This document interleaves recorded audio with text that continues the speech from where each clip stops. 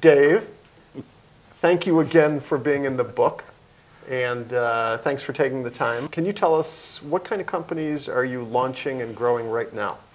At the current time, First Internet Bank obviously is the largest of the players that I've got. Is going absolute gangbusters. We survived all the economic downturn, came out relatively unscathed compared to a lot of my banking peers. And even the banking crisis. Even the banking crisis all the way around. And what's really intriguing for us with the new regulatory hurdles coming for the new banks and new fees and new charges and changes in credit debit cards, that just even gives us a bigger, greater opportunity to service customers across the country. Because of the low-cost delivery model, we have a great opportunity to really step in where big banks are implementing all kinds of fees on the consumer. Our software companies across the board are all taking off. RICS, our retail inventory control system, kind of a software as a service product versus a traditional. For most small retailers and vendors, they kind of get a computer in the back room and they have all the hassles. We're delivering it all over the web. We've signed 200 new stores in the last 90 days. It's just absolutely going through the roof. So somewhere in the country there's an economic recession, but we're not seeing it here in Indianapolis, nor with our companies. With RICS, by the end of this year, how many stores do you think you'll have as customers? Hopefully we'll be live with 1,500 stores by year end. It's the product, the company, technically I bought it a few years ago, is about 25 years old, but we did the software as a service. We've been on the market for about 18 months in real production, and we doubled down last year, and we should triple it again this year. So it's really going well. That's great. I do, you know, as you're talking about RICS, I have to tell you one of my conclusions. So now that the book came out and I'm getting interviewed about it, and I say boredom is a very big thing for entrepreneurs. It's not necessarily bad. Yeah. So you want to share any more about the story about getting bored in a bed laid up from a skiing accident? Well, I actually told that story this morning to another group when I was laid up, actually motorcycle accident. I'm sorry, it was motorcycle. I was bedridden and everybody assumed I was home doing nothing, and it was like the movie Groundhog Day over and over and over again, so I was going nuts. So I actually bought a small thrift, which we now converted into a mortgage business at First Internet Bank, which is going gangbusters. We did more business in the last 90 days than the thrift did in the calendar year of '07, and we did it with 1/3 of the staff. So that has turned out to be a great play. The RICS software was a little company I'd seen in Des Moines, Iowa. The gentleman I was negotiating with had no idea. I was bedridden at home. Between the internet and email, he had no idea what was going on. So we got the deal done, struck it, and built it up, and it's going great.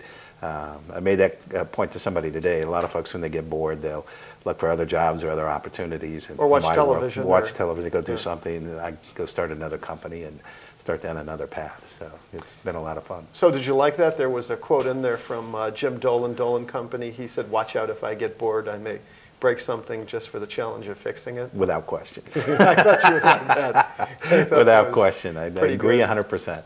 So now, you know, what kind of challenges do you face? Are they different than, you know, you had thought of or had faced 10, 20 years ago, or?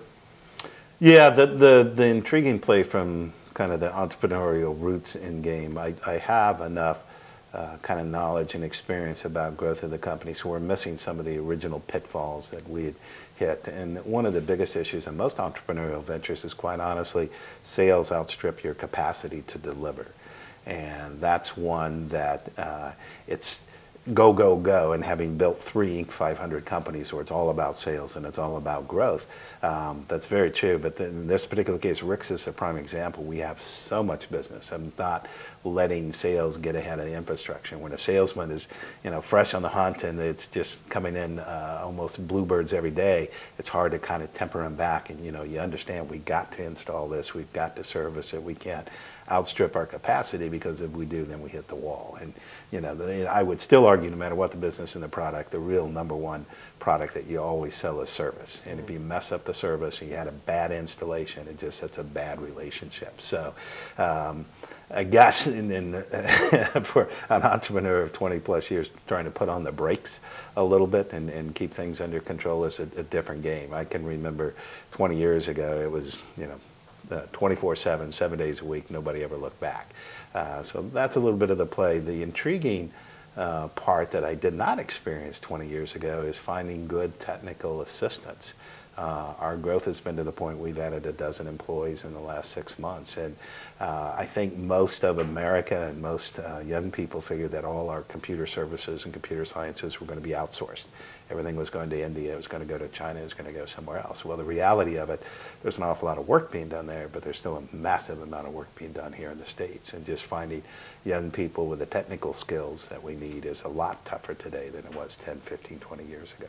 Does the U.S. stand a chance here? I mean, you see what's going on in China and India. China with a 9% plus growth rate. India with just, you know, massive IT infrastructure in there. And you know, at the same point, I still think, look at U.S. innovation, Apple, Yeah. Google, Twitter, Groupon. These are American concepts through and through, and you don't see those things overseas. Yeah, and I think the play, the United States will always have a base, and you hit the nail on the head, I think. It's the innovation side, the entrepreneurship. That one is growth over time. I don't know that you can take somebody and turn them into an entrepreneur in the classroom. In a cultural society that's just all about either manufacturing, about, you know, you can teach education, you can teach somebody how to write code, but what you do with that code and the innovative idea, how do you create a Google, that they don't have. They're basically becoming a machine shop and a factory in the technical aspect of things and being able to pump out code. It's Dilbert in real life in the cartoons. But the ideas and the concepts are still coming from the States, and that's our play, and I think that's where we'll always have the edge of the entrepreneur and the thought, and it's ingrained in our society for hundreds of years, of the freedom of thought and expression, and that develops into freedom of ideas. And as you stated earlier, the true entrepreneur, if you see something that's working great, you try and break it and make it better. You don't accept it for what it is. You try and do something one up. Yeah, yeah. So having seen the book and your advice to entrepreneurs, is there, did you have other thoughts, other ideas that, you know, entrepreneurs are going to be watching this? What do you think? What do you want to tell them?